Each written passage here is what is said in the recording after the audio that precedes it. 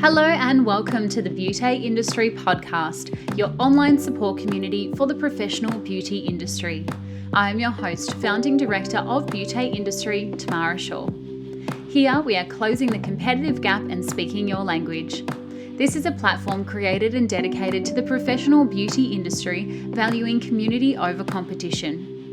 We serve to help connect you with inspiration from industry experts, expand your knowledge through educational pieces, and bring you the latest in product and technology innovation.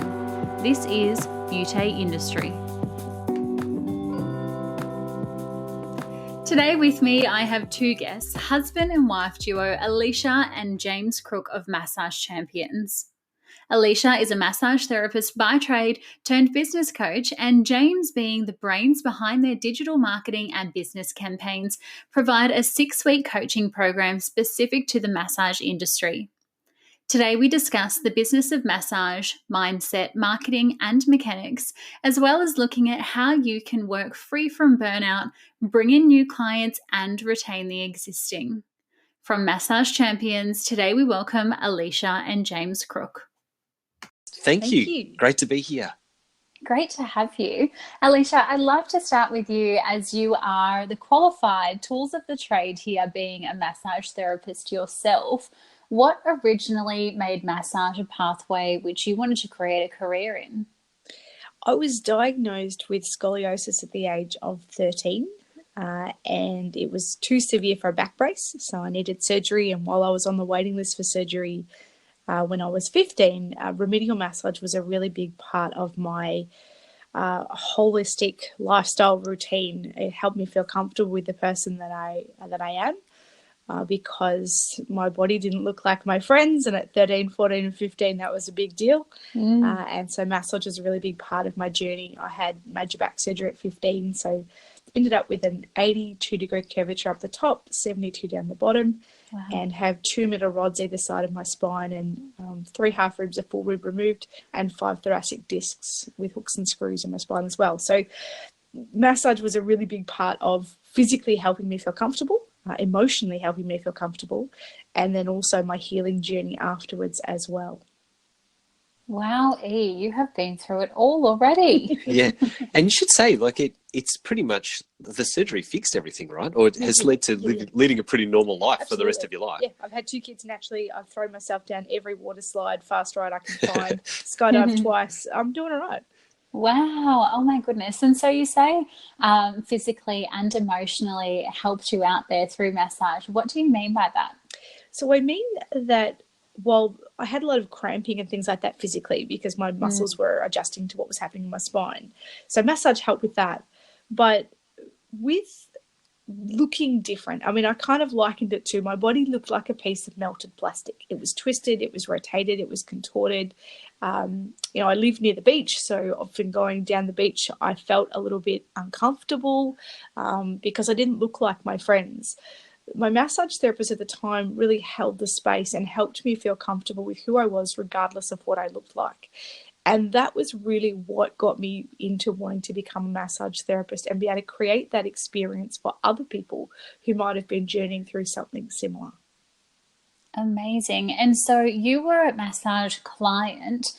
What was that thought process like of going, hang on, maybe I could do this myself? It was a pretty quick process, and it led me to leaving school halfway through year 10, getting a job full-time at a bakery for $7.68 an hour to go and save up for my massage course. And I was one of those people that when I stepped in, I knew I wanted to run, day one of my Cert 4, I knew I wanted to run a clinic. I was there. This was like it was going to be a university degree for me. I wanted to have staff, multidisciplinary, and it was like I was just waiting. I'd already seen that, and I was just sort of waiting for time to catch up. So I think I only missed 1/2 class in the whole 2 years I was there, and just really just played full out to learn it and get it, because I wanted to be able to create that kind of space for other people. Interesting. So you must be quite a good leader, an innate leader. Perhaps at that age, maybe you didn't know you were a good leader, but having already that mindset that you wanted to be the manager, be the business owner and help others then in their career as well, that's very advanced. I was actually homeschooled from grade 4 to year 10, and I think that's a massive part of why, because I was encouraged to be really driven. And I think it's been an amazing part of my story, because working for myself or working for yourself, you have to create something from nothing. There's no one telling you what you have to do, what you're going to earn, what's expected of you. And so for a lot of people, that can be quite challenging, especially if they've been employed for a long time.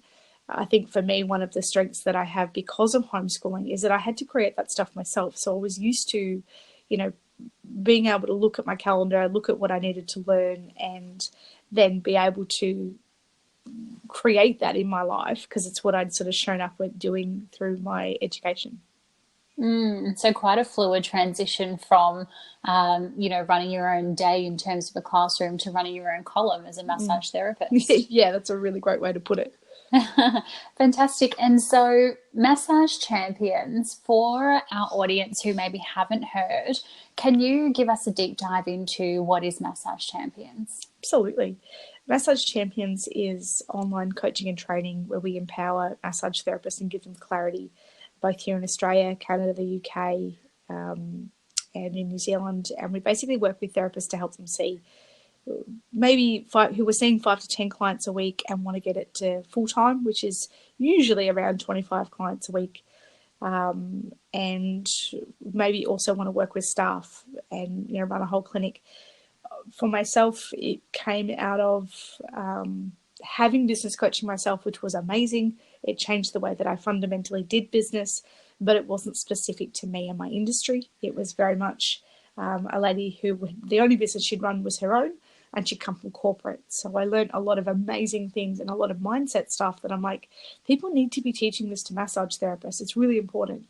And I looked around and no one was, and went, well, I could fill that gap. I think that with the tools that I have, with the determination that I've got, I've journeyed through a lot of stuff that a lot of therapists want to do, probably fearful of doing and fearful of what may happen. I've experienced both sides of that, and wanted to be able to create something that was geographically diverse, that I could work with people all over Australia or the world, rather than just sort of doing face-to-face. I wanted it to be really leveraged so that we could have a really big impact.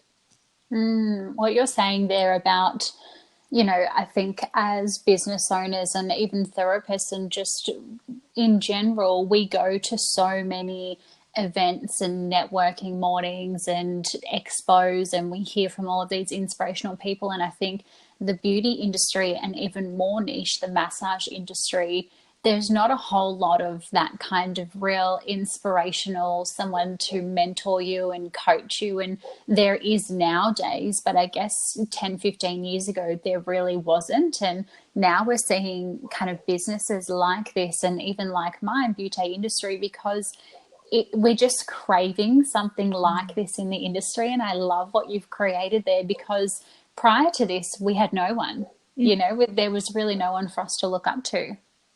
Yeah, that's exactly right. And that was probably some of the biggest challenges that I faced in the clinic.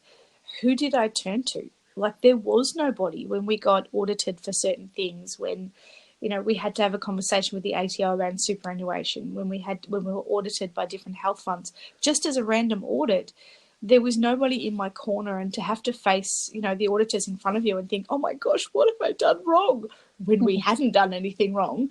But even just to have somebody that might have done this before, that I didn't feel like a criminal, even though I certainly wasn't. I can't lie to save myself. It would have just been absolutely incredible. And I know that that's the part that I really love playing for our clients when they're, when the dark days come, that they actually have somebody in their corner supporting them that's been there, that gets it, and knows that, on the other side of that day, there is light and there is other things to come. But often, as I'm sure you know, when you're facing something that's ridiculously challenging and you think, no one in the world has ever had to do this, it's really encouraging. And it does feel great to have somebody else that actually gets it and has walked in it and been there and done it as well. Yeah, I couldn't agree more there. And I love the saying, somebody who gets it, because, you can talk to your family, talk to your friends, talk to so many other people, and they don't get the industry because it's such a different one. We're so practical but so energetic and so caring and so nurturing, but then we have to be a business owner all at the same time, and it's a really intricate industry which only people who are in there really do get it. Yeah. And it feels odd, I think, when you say to your family, family, like I've got a lot of, I've got an engineer, my brother, and my other brother's a teacher and his wife's a teacher, and it's like, hey, how's your week been? And they're complaining about work because that's what people do. And I'm, how's your week been? Oh, it's been fantastic. I had my best week on record. And it's, and it's like they just sort of, their eyes glaze over and, they're happy for me, but they have no idea how to respond because they have no frame of reference for that. And I think I'm certainly not alone, speaking to clients who are just like, it's just so nice to be able to chat even to other therapists who understand that this is a great week and I can celebrate with them, and they're not going to think that I'm, totally on myself. They're not going to judge me for being amazing. They're just going to get excited with me. Is also a really great platform for people to be able to, just be around a great tribe. Very cool. And I'm wondering then, so you've got the Massage Champions, which is kind of like an online course and support community. How did you go about creating that? I know a lot of massage therapists and beauty therapists think, I want to be a mentor, I want to be a coach, I want to have my own training platform. What was your process in doing so? I Googled coaching for coaches and I got all sorts of stuff come up, and I probably Googled for 3 or 4 weeks. I was specifically looking for somebody that could help me create it, put it online, market it, and take what I had and be able to run with it. I remember speaking to another mentor who said, you should just do $30 webinars to see if people will come to them, because I don't think people will pay for coaching.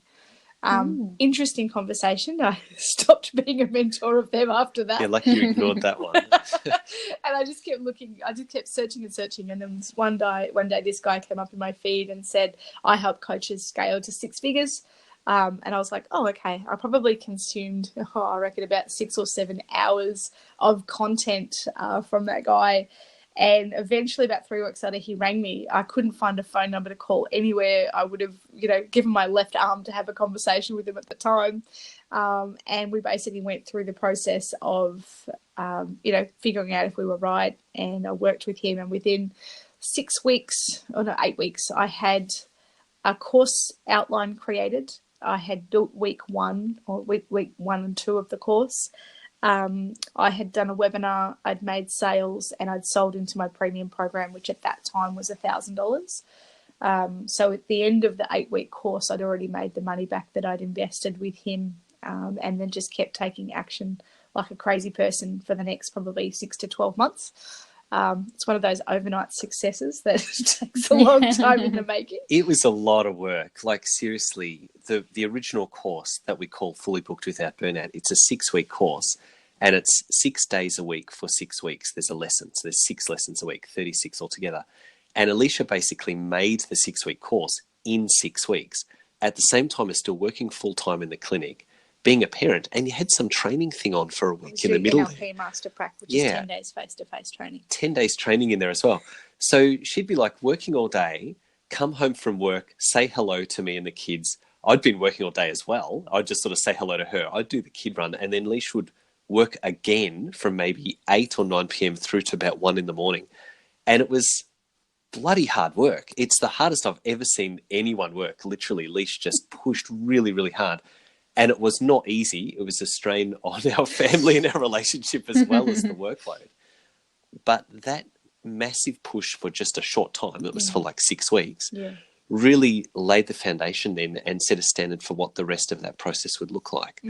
So it certainly was not an easy thing to do to start with, but the passion that went into it and the drive that was there meant that Leash just worked right through it and did really well. And obviously we've put a heap more work in and around it since then in a much more ordered and much more normal hours way.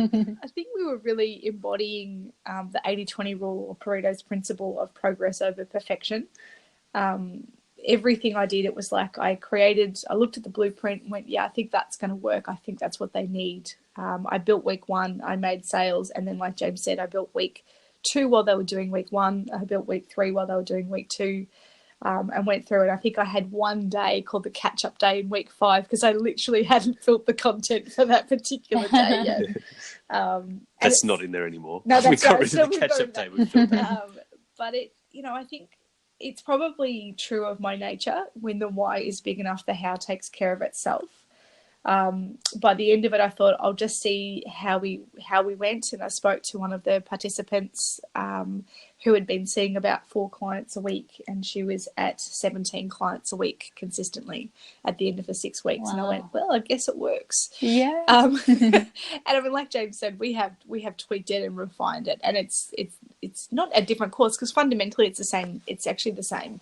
The content is the same, but the way that we package it up is a little bit differently. And I think that's probably one of the best things that we've done is that we only have 2 courses. That's all we have. And we talk the right message to the same people consistently, exactly like what we teach our clients to do. You know, speak the right message to the right piece of people with the right frequency, have the right connection. And that's, you know, I think that's what we've been able to do. We do work hard when needed, and just make it happen. I think if you want to create something that no one else has, you've got to be willing to do more than what other people do in order to get that result.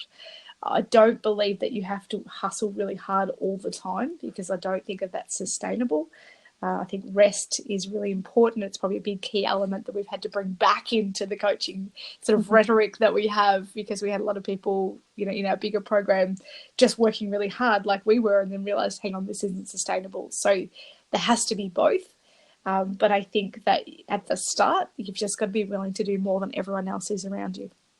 Yeah, and I so resonate with what you're saying there about working a full-time job, trying to launch the program, having kids and still doing life. That sounds exactly like my life when we launched Beauty Industry Pro, except substitute kids for cat. And then you've got me, my partner and I.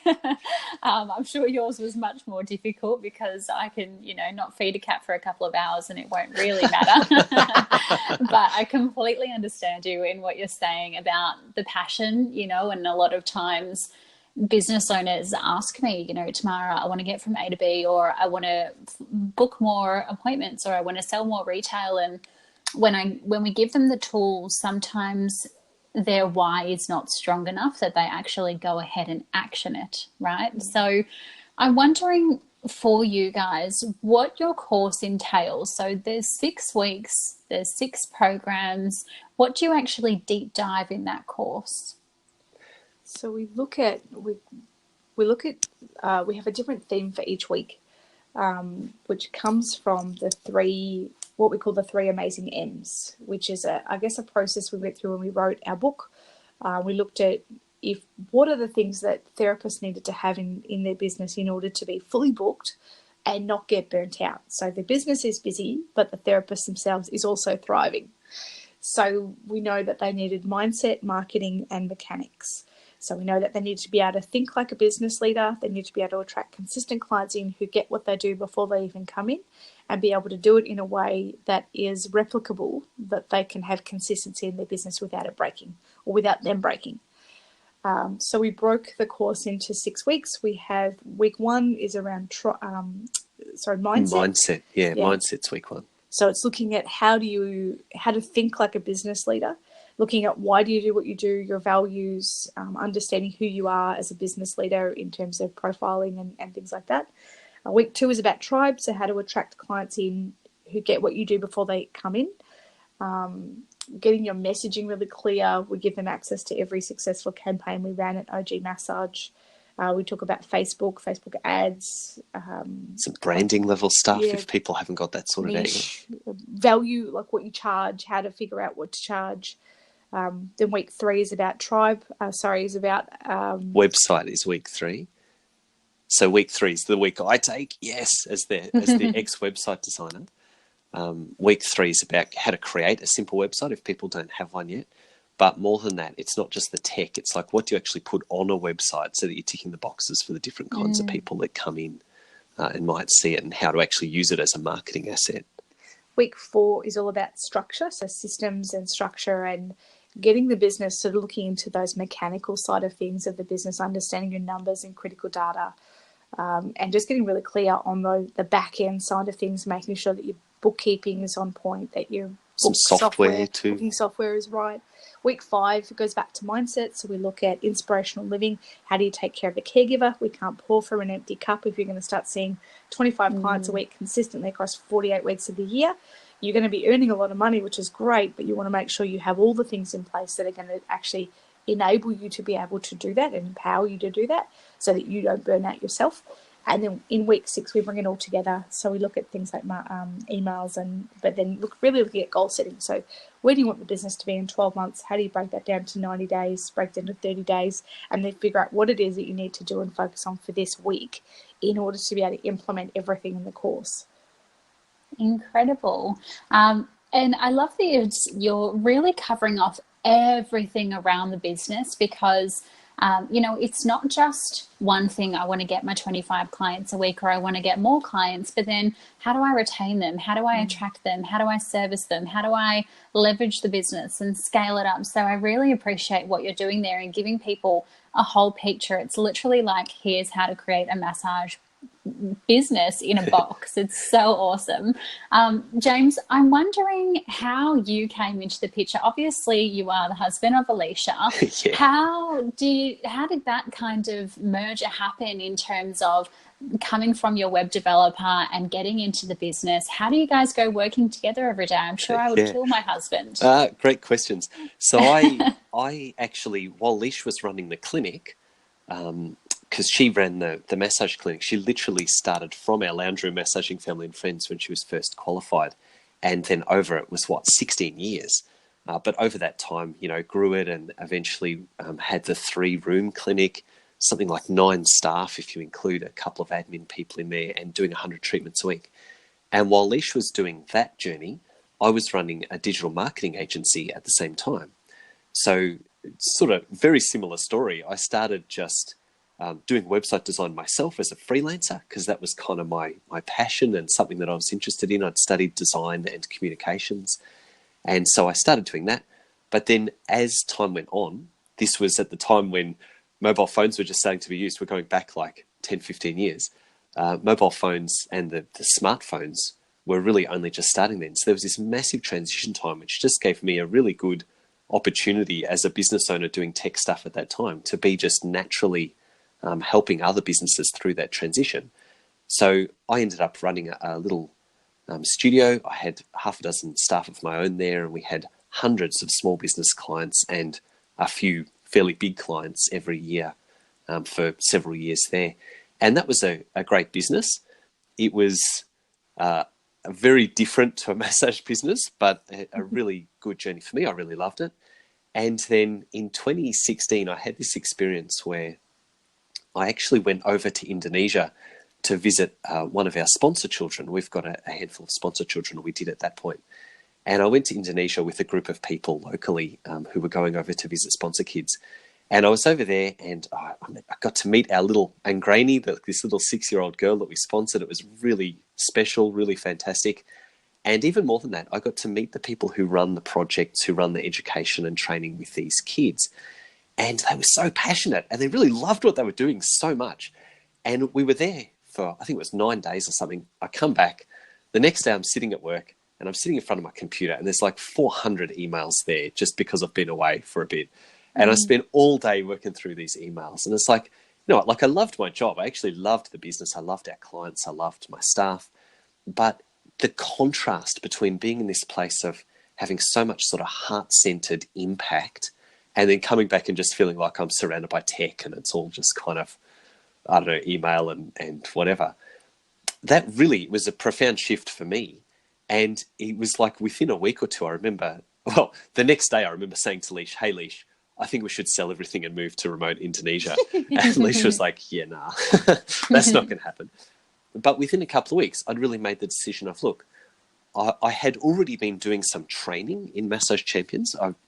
We've both got a background teaching at TAFE as well at different points. So I'd already been delivering some content, but wasn't really involved in the business at all. And I'm like, let's just see what it would look like if I sold my other business and moved into this full time, what would that be like? And Lish was like quietly excited, I would say. I would say it was very important that I was, because at the time he was probably going through a bit of a, like, it was a big time for both of us, because I'd been in Vegas at a conference while he was visiting and graining, jumping out of an airplane with a bunch of other It's like coaches. we're at opposite ends of the earth, literally, geographically, and what would you call that, socioeconomically? Because everything was totally different. And I was just so driven to come back. I'm like, I'm going to change the world. We're going to run a really big, successful business. I'm going to work with like 5 million people and just be like, raw. And I'm like, we're selling everything and moving to the sticks in Indo. After the break, Elicia and James share with us how their marriage survives business and provides us with tips on how you can attract and retain more clients. But first, a message from our sponsors. If you're looking for a beautiful natural massage oil to use in your therapeutic massage, then you need Reliever Med. It's an Australian natural massage oil packed with ingredients to help you calm and relieve your clients' muscles and joints, and it also helps your hands and wrists as you massage. The warming feel of black pepper, along with the divine smell of ginger, clove and rosemary, make it the perfect addition to your massage services. Find out more at www.relievermed.com.au. When we created this business together, Alicia was already running it, but it had only been, a year, maybe even a bit less. And it was still just sort of taking off. I decided to come on full-time as well. And we were able to sit down and really have a session of saying, well, what is the goal of this business? Not just for us in our little lives here, but what's the impact we want to make? Yes, it's with massage therapists. Yes, it's with an entire industry that needs some business help. And we also have the opportunity to impact other people as well, to be a gift to other people. So one of the things that we've built into our business is that for every client that we have in our bigger program, the 12-month program, we actually sponsor a child in Indonesia on their behalf. So at the moment, we've got 40-something kids that we sponsor every month in Indonesia.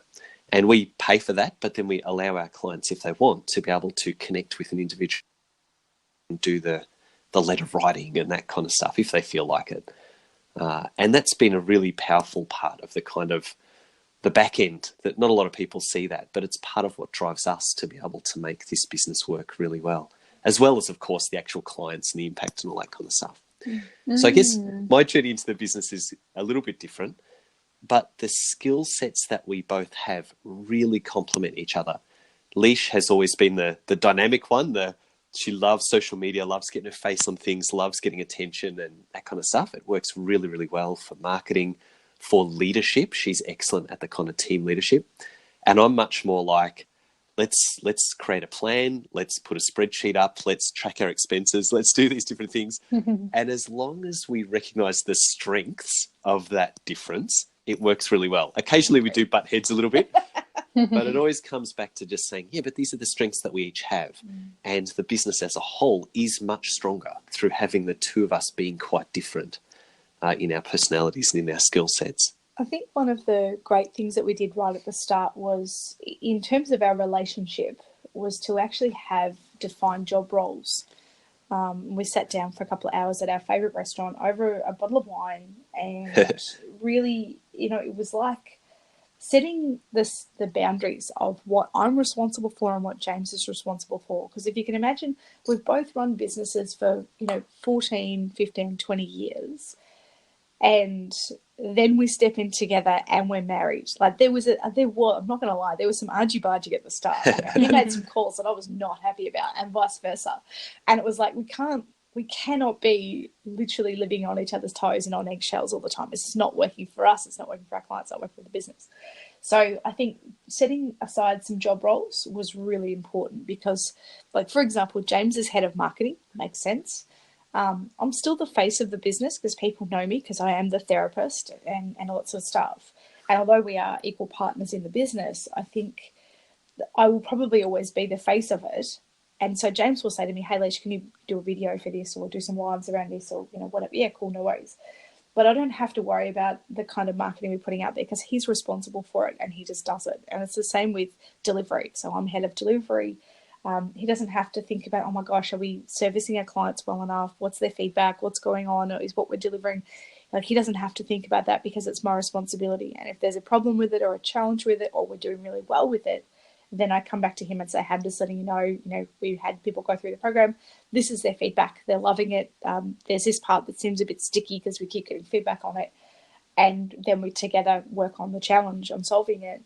So I think we do everything together, but the responsibilities that each of us have gives us enough autonomy to be like, I don't have to micromanage, and he doesn't have to micromanage, which is a good thing when you're dealing with the two of us. Yeah, and we also, the feedback we get from our clients is that they really get a lot from having the two of us do training as well. Yeah. Because our training styles are different. It's probably not that different in style, but the stuff that we teach on, we've got a broader range of things that we've got a lot of experience with.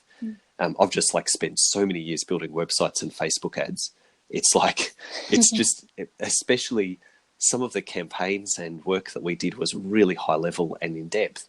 And then stepping back and going, well, hang on, these are actually quite simple what these people need. Let's not overcomplicate it. Let's just keep it down to what these massage therapists and similar. It's a fairly simple campaign in a marketing sense. Being able to deliver content around that's really high quality and fun is really cool. And then Licia's got the whole kind of, this is how you manage staff, this is how you connect with people, naturally very friendly, quite a different sort of presence on stage.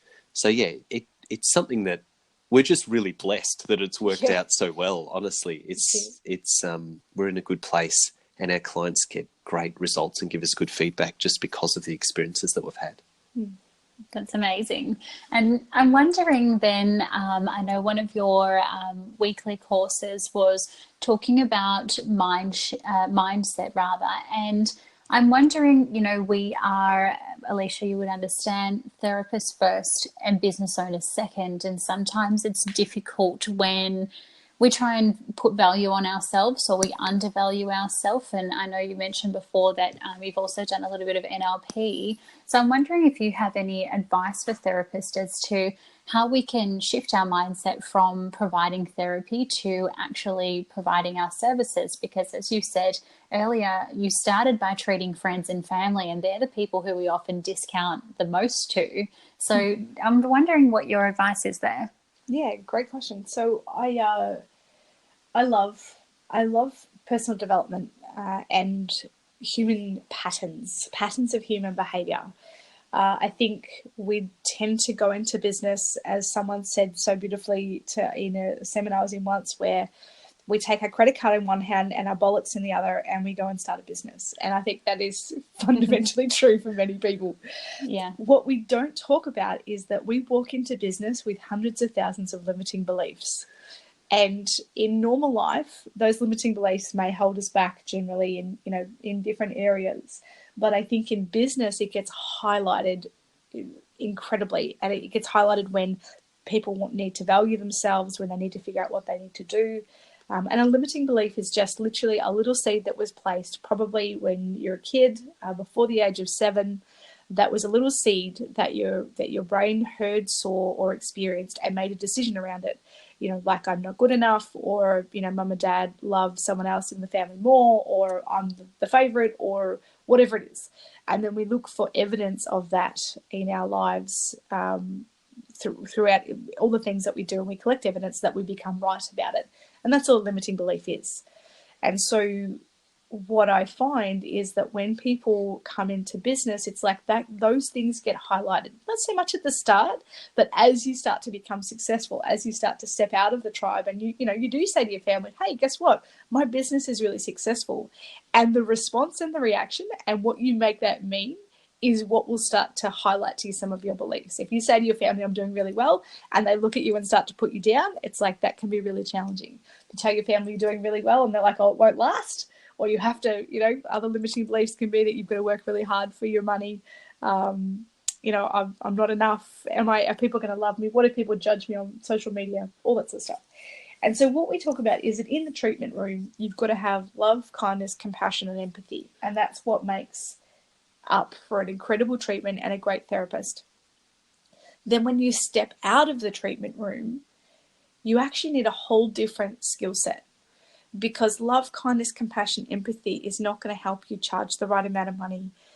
be able to make your business run successfully, make sure that your goals are aligned, understand your values. You need a different set of skills in order to do that. And we call this, there's like different hats. So it's like when you step out of the treatment room, you need to put on your business hat. And this is like a logical hat that makes great decisions, looks at the big picture, makes decisions based on a criteria and says, right, where does my business need to go? If I've had a lot of cancellations this week, instead of feeling emotional and, oh my gosh, no one loves me and ever see this, my parents are so right, I can't make this work. Instead of going into that, put your business hat on and go, what can I do? Do I need to send an email? Can I text some people? Are there some people I haven't seen for a while that maybe I can give them a call? And you start to look at what I logically can do in order to be able to change the situation.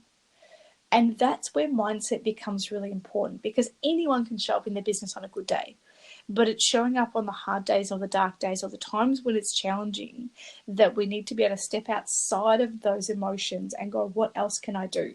How could I look at this differently? What would I need to tell myself differently about this situation? What else could I make it mean? And that's where I start to get really excited. And that's what I love to be able to see and the difference that I notice. Probably the biggest shift that I see business owners make, particularly in the massage industry, is that they'll come in and it's like and I've seen this taught at Cert 4 and diploma level, but it's kind of like people are learning from the perspective of, but I'm just a massage therapist, or I'm just a remedial therapist, or I'm just a whatever they've gone and learned. And I think that when people realize the impact that whatever their just is, that's when the shift starts to happen. When people start to trust that what they're doing is amazing. For example, with massage, if you look at all the other modalities out there, whether it's a doctor, a chiro, a physio, acupuncture, all of the different modalities, we put usually an hour of hands-on time with another human. There's no other industry that you get to do that and make such a fundamental shift and difference in someone's life. That's not just a massage therapist. That's not just anything. When people get that, when people realize the impact that it makes, and that there is a slice of, like if you think of healthcare as a pie, that each of us have a slice that is equal. A doctor cannot do what we do, nor can we do what a doctor does. But if they rock out in what they're doing really effectively, and I rock out and show up in my business and with my clients, then I'm not actually competing with anybody else in my area. All I've got to do is show up in my heart and serve the people that are there. And if I can do that from a logical perspective in my business as well, when I'm working on the business, everything starts to flourish. That's so true. Even beauty therapist, I'm just a beauty therapist, I'm just a massage therapist. And I so 100% fully believe that when we say I'm just we are, well, then the client is, having the same language. Oh, she's just a massage therapist. She's just a beauty therapist. She doesn't know how to treat my skin. She won't know how to fix my muscles, because we're putting that A at the start of the sentence. And then so that's already making the client think, oh, well, okay, I should go see somebody more professional or more qualified, when in fact, if you've done massage, you know the muscles and the bone structure almost better than any other profession. You know so many other different modalities as well, energetically, and everything you're saying is just absolutely preaching to the choir here. And I love what you said there about booking yourself clients and having a number per week, and your golden number is to book 25 clients per week. I'm wondering where this figure has come from. It's a fairly industry standard. However, I do believe that every therapist has an intuitive amount of clients that they want to see per week. For me personally, 23 was perfect. If I saw any more than that, my hands got sore, I got narky, I got too emotional, it wasn't good. And I had therapists who, people will come to me and go, I just want to see 15 clients a week. If I could see 15 clients a week, I'd be happy. And I go, rock on. If that's what you want to do, we can help you. Other times people are like, I want to see 35 clients a week. I'm a myotherapist. I only do half-hour appointments. That's what I need to see. And I'm like, awesome, rock on. Let's do that. there's no right or wrong when it comes to the amount. Usually when you're seeing 25 clients a week, if you're doing a 15-minute gap in between, that's going to be 5 clients, 5 days a week. And that's a really good industry standard for massage. I guess with beauty therapy, you talk a little bit differently in terms of hours or, sliding scale, appointment times and things like that. Exactly. But that seems to be the industry standard for us, because it's not just 25 hours then. That's probably more like 35 hours to 40 hours by the time you do client history notes that you have to take, any sort of follow-up, and then working on the business as well. So that tends to be, your kind of 35 to 38 hours a week.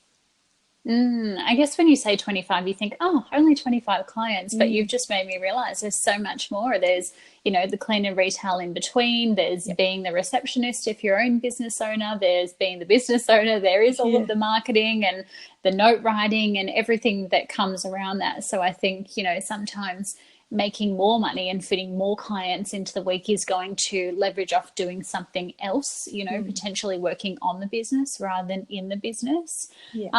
I'm wondering then, if I'm a therapist who's not serving 25 clients a week, then what are some simple steps that you might advise to do to increase that number if I am maybe doing 10 clients a week and I do want to get to the 25 figure? It's a great one for James. Oh, yeah, the marketing. So when we look at our 3M structure, marketing is the engine room of growth. So we want to have a look closely at marketing if you want to increase your number of clients. There's a heap of different marketing options out there. And one of the challenges that can happen is that people have kind of heard of all the different things they should be doing. I should be on Facebook and Insta, and I need a website. I've never had one. And, I heard someone doing a discount letterbox drop and going and working at a market and blah, blah, blah, blah, blah. And they get a little bit overwhelmed just by literally how much they think they might have to do. And so instead of doing anything, they just don't do anything. They sit there just not doing stuff.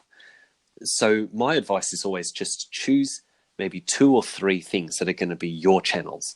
And if you happen to find that your clients are on Facebook, then great, make Facebook one of them. Web is really good because people who are searching through something like Google are often looking for your treatment, so they're already halfway to buying. It's great if you can jump in and show them something. So maybe web is going to be another one. And then if you're a very social kind of person, maybe you're going to strike up a relationship with a local gym or a beauty therapist or something like that, and do a bit of sort of cross referrals. Maybe you run an expo day there, that kind of stuff. But basically just doing anything is better than just doing nothing. And so we talk a lot about online strategies, but offline strategies can work just as well, depending on the type of person and where you are. The simplest thing, if you made me choose just one thing, I would definitely say making sure you're listed in Google. So Google Maps or Google My Business, they're all lumped together. You can get a free listing on Google Maps. You don't need a website. You don't need anything at all.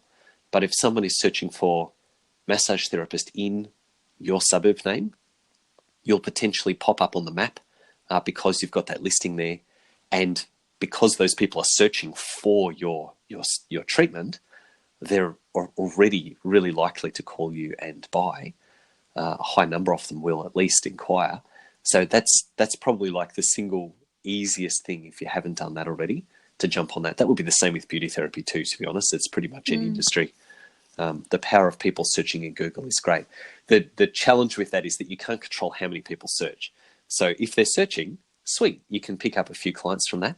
But once you've got that number of clients coming through each week or month, whatever that is, you can't do much to encourage more people to search, right? So that's where you have to start looking at the more proactive, outward-facing marketing, like Facebook, advertising, other forms of getting out there and meeting people.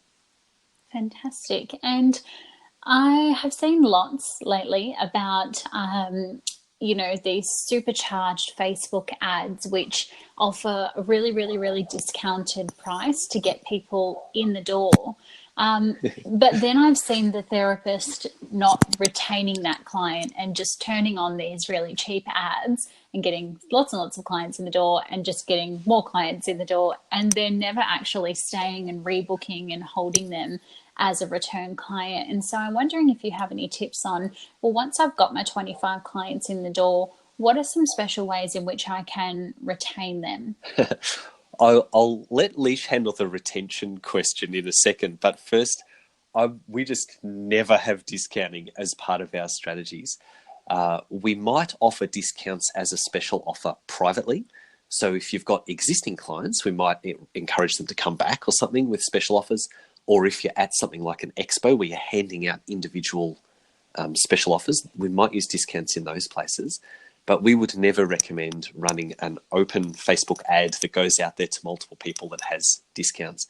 Because what we're doing is we're setting a standard. The very first time someone sees you and your brand, they're seeing a low price attached to it. And so the very first, their initial whole concept of who you are and what you do is attached to this low price. And it's very hard to recover from that afterwards.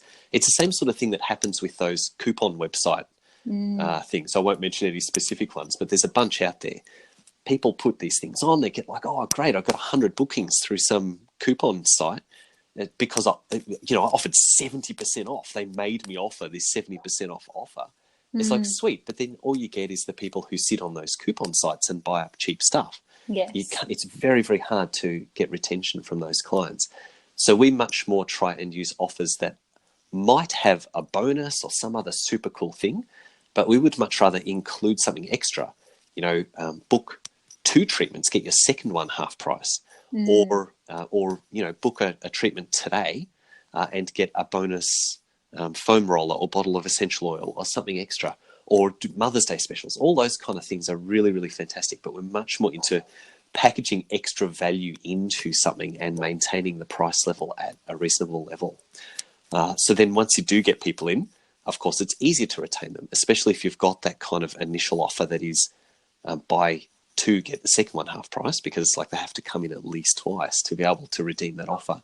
And by then you've got a bit more rapport and you've got this sort of stuff. Leash has a fantastic way of actually helping our clients to rebook, because it is something that people aren't always confident with. Do you want to share that? Yeah, when it comes to rebooking, I used to work at a chiropractic clinic. Anyone who's been to a chiropractor would know that chiropractors are absolute rebooking ninjas. They can rebook people, to come 10 times in a week. So learning how to do it probably a little bit more congruently than that, obviously when the clients need it, I found that really easy. I didn't realize what I was doing was anything unique and different or weird. But rebooking for me came very easily. And I think it's just having the confidence, seeding it through the treatment, and then actually asking them, hey, I'd like to see you again in a week's time, and hold the space. And just because most of the time I go, yeah, it sounds good, and you do it. I think being able to direct somebody and tell them what it is that you want them to do at the end of the treatment is one of the most important elements to rebooking. What they choose to do is their choice to make, but they cannot do something as easily unless you offer. I'll give you an example of this. At the beauty place that I go to, they had a really great special offer that she said was on the table when I was getting undressed. But she never spoke to me about it at the end of the treatment. Didn't say, now, we've got this offer for this month. Have you ever considered having a facial? Would you like to? Not one bit was mentioned. And because I'm really curious around my behaviour around it, I certainly wasn't asking. But I thought, I wonder what would have happened if she had have just said, we've got this amazing offer. We actually have some spots available on Tuesday morning. Is this something that you would like to do? Or, have you thought about coming in for this? Because I'm pretty easy to sell to. I probably would have said yes. Lots of people might say no, but there will be people out there who will say yes as well.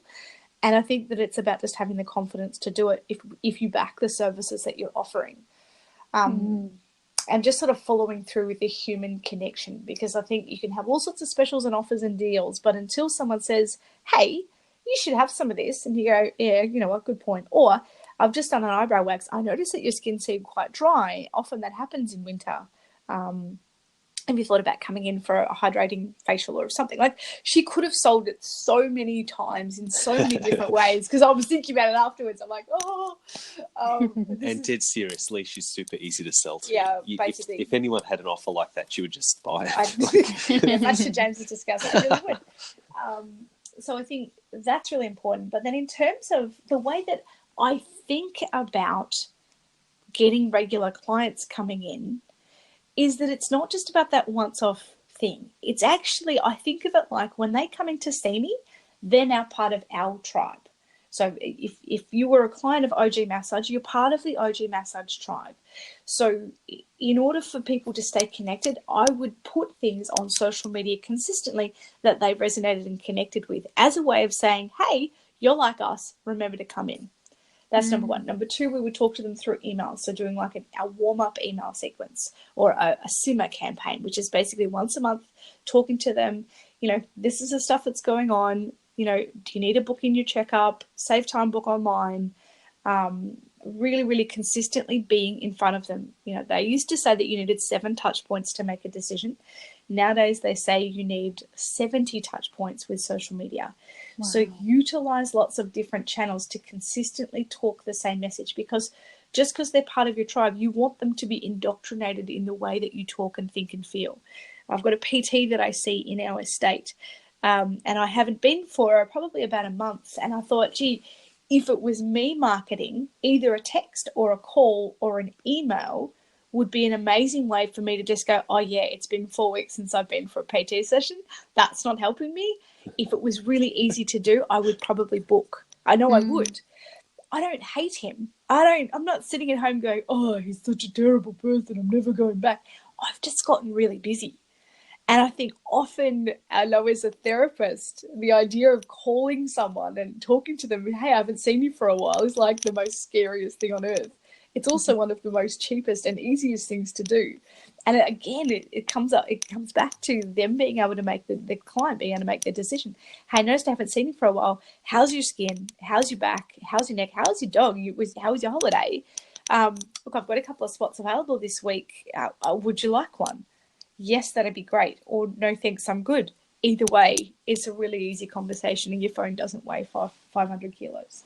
Yes, I used to always make, or makes a harsh word, allocate time for my therapist and my team to do feedback calls and follow-up calls, and I would always give everyone an hour a week for all of your clients who you see. Give them a call. Did you have any samples? Are they running low in anything?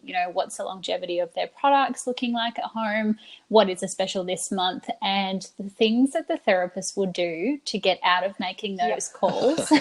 Oh, actually, no. I've just booked in a client, and and I would say, I'll just do it for you then, because that is the most special thing that, especially these days, we are so connected. And as you said, the message gets lost because there's so many platforms and so many things that we're doing.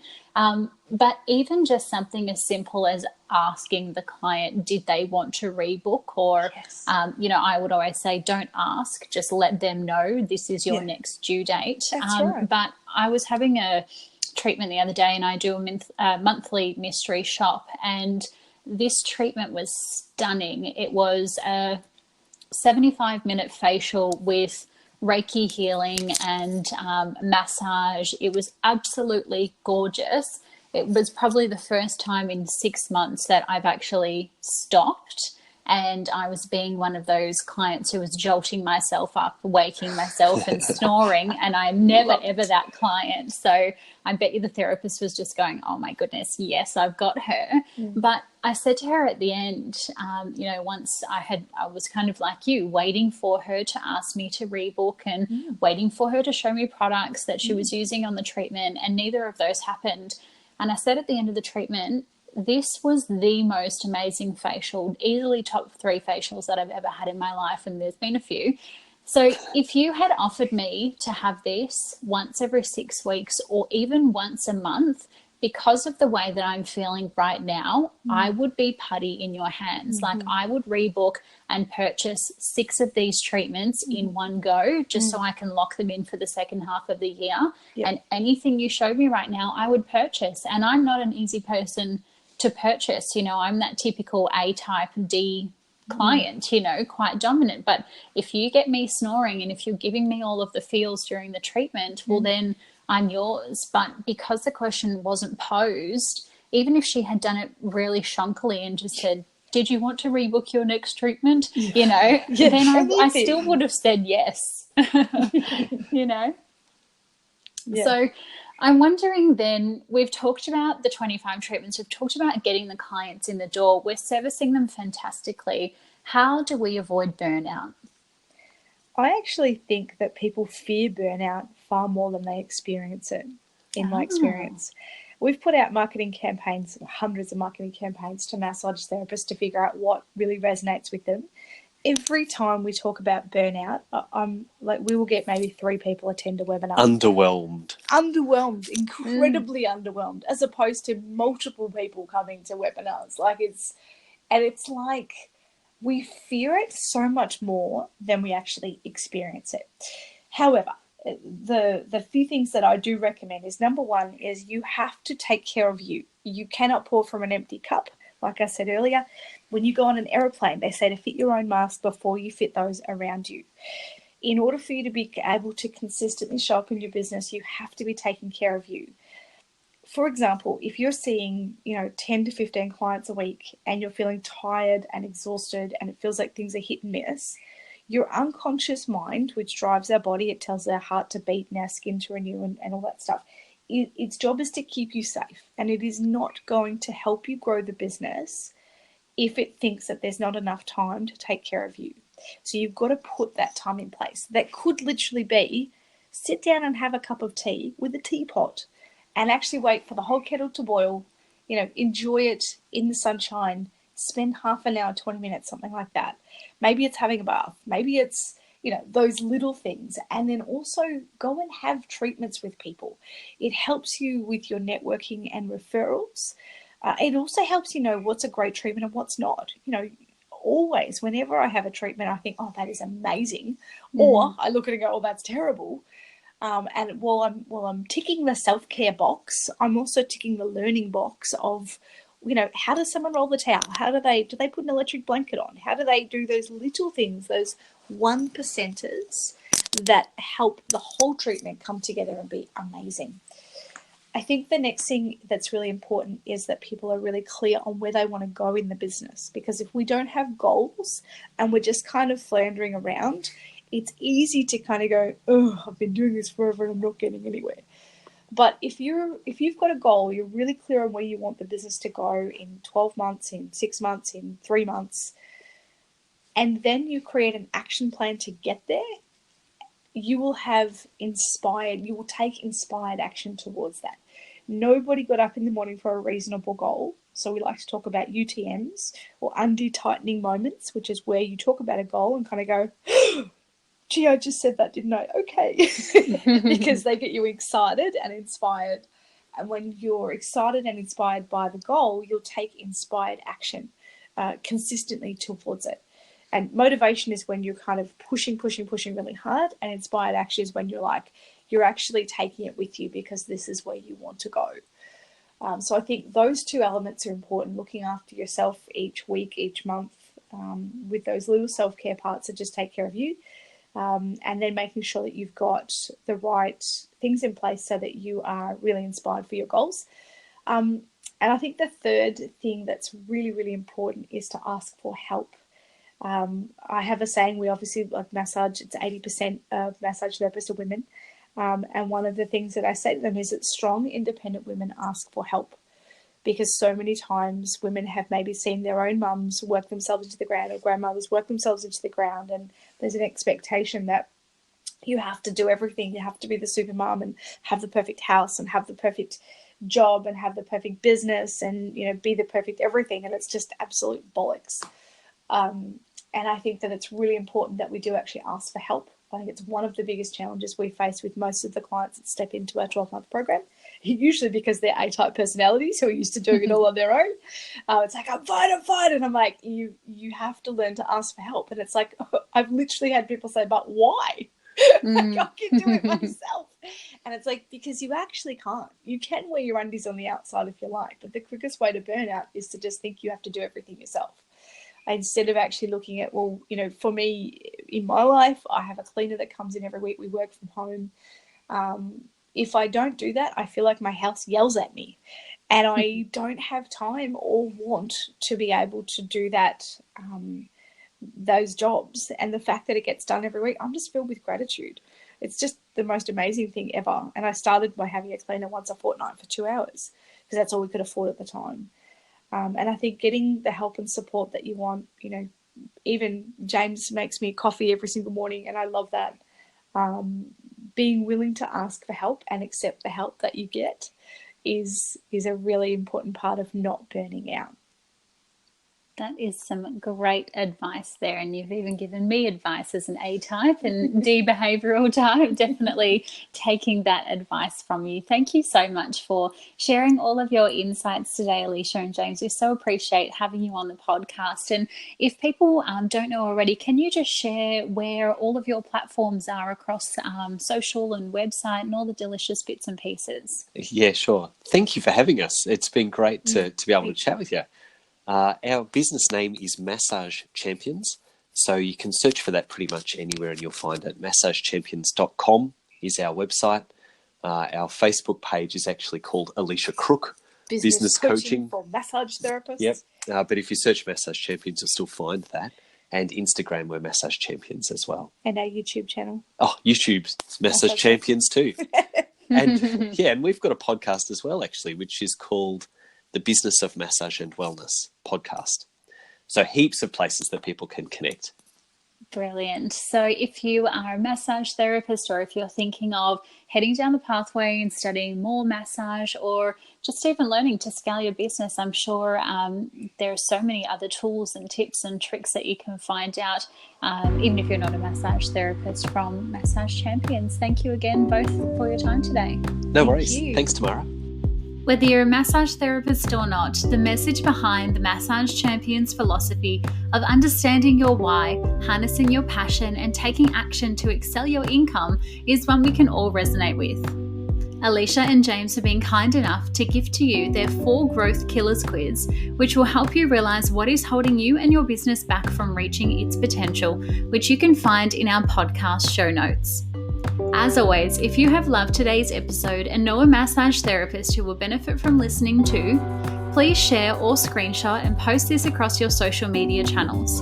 Until next time, stay connected.